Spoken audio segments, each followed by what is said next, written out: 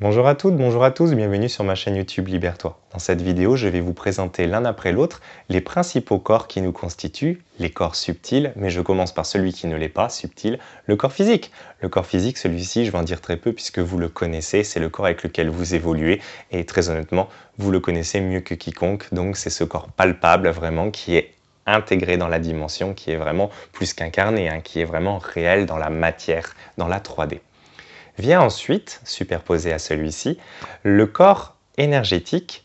C'est là où va se situer tout ce qui a trait au méridien, au nadi, à la kundalini, au chakra, tout le plan énergétique qu'on appelle aussi le corps éthérique. Donc toute cette énergie de vie qui circule et qui fait la liaison entre l'énergie ambiante, l'énergie universelle, le prana, et l'énergie donc du corps, notre capacité à bouger et tout simplement notre capacité à vivre.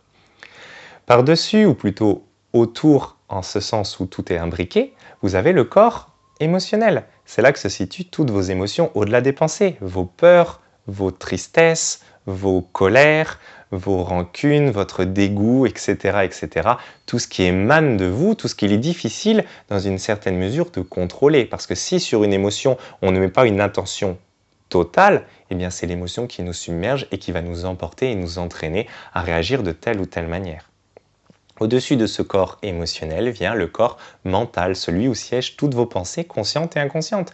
Donc les pensées que vous avez dans la tête quand vous faites la demande, c'est-à-dire quand vous pensez à quelque chose, que vous les orientez, les dirigez, ces pensées qui passent, qui repassent, que vous ne contrôlez pas forcément, et puis les pensées plus profondes, inconscientes, comme vos croyances, comme vos persuasions, comme vos peurs au sens phobie du terme, etc., etc. Voilà, le siège des pensées est ici dans le corps mental.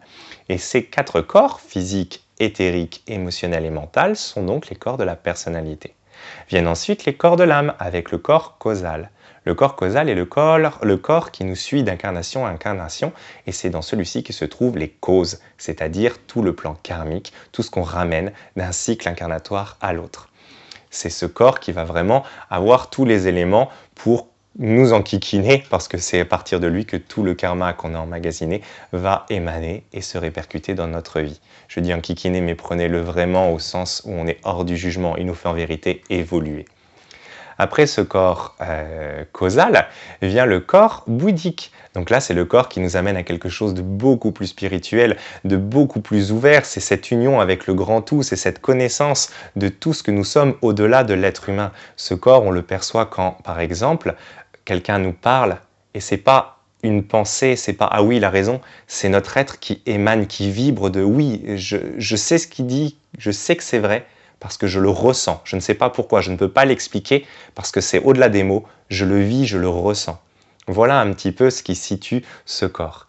Et au-dessus de ce corps, nous avons le corps atmique. Le corps atmique qui est vraiment notre contact avec tout ce qui se passe là-haut. Quand on atteint le corps atmique, quand on a vraiment le contrôle de ces différents corps, on est dans un état proche de l'état de Bouddha, de vraiment cet être éveillé, comme on appelle. C'est vraiment ce corps qui nous amène à notre ouverture totale de notre spiritualité. Il existe ensuite beaucoup d'autres corps, véritablement, parce que l'âme est comme l'incarnation, elle a sa propre évolution, elle a ses propres corps. Je n'en parlerai pas dans cette vidéo parce que ça nous emmènerait beaucoup trop loin, mais vous avez déjà les 7 principaux et ça vous permet de comprendre un peu comment nous sommes faits et parfois pourquoi nous réagissons de telle ou telle façon entre ces corps de la personnalité, ces corps de l'âme et où se trouvent un petit peu toutes nos difficultés. J'espère que cette vidéo vous a appris 2-3 renseignements. N'hésitez pas si vous avez des questions, si vous avez des retours à partager dans les commentaires. Je vous souhaite une belle journée et je vous dis à très bientôt dans une prochaine vidéo.